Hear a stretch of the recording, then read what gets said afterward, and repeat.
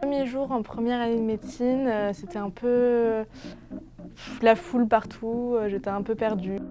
Alors mes premiers potes, j'avais mes potes du lycée avec qui je suis arrivée en première année, mais sinon mes potes que je me suis fait en médecine et avec qui je suis toujours amie maintenant, c'était à la BU, la bibliothèque. Donc tout le monde travaillait dans son coin, personne n'osait parler, comme ça un concours. Et puis je suis partie demander une calculette et depuis on a travaillé ensemble pendant 2 ans avec ce groupe. Alors ma première mauvaise note, c'était au bout d'1 mois de cours. Et tous l'impression qu'on va avoir un bon résultat puisqu'on a tellement travaillé que c'est pas possible autrement.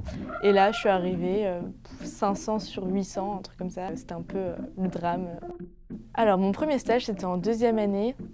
Un stage d'1 mois, un stage infirmier, donc pour apprendre vraiment le métier des infirmiers. Et avant d'être dans le métier des médecins, vraiment voir ce que font les infirmiers, à quel point ils sont importants.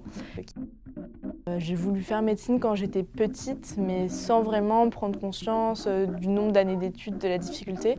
Quand j'ai un peu pris conscience de ça au collège, je me suis dit ah non, c'est pas du tout fait pour moi. Moi, je veux vite travailler, gagner de l'argent. En première ou en terminale, j'ai un peu remis ça en question en me disant bah c'est quand même dommage si t'aimes ça, de pas se donner les moyens et de pas tenter le truc quoi. Une pré-rentrée à la fac.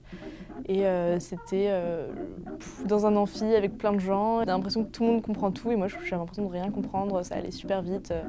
J'étais un peu perdue. Ma première garde à l'hôpital, c'était il n'y a pas si longtemps, c'était il y a 2-3 semaines. Et ça s'est super bien passé, une super bonne ambiance. C'est très fatigant, on a très faim et c'est long mais c'est là où on apprend le plus. Mon premier patient, c'était un papa avec sa fille qui venait parce que c'était son petit bébé de 2 mois qui dormait plus, qui mangeait plus. Donc voilà, c'était un peu impressionnant.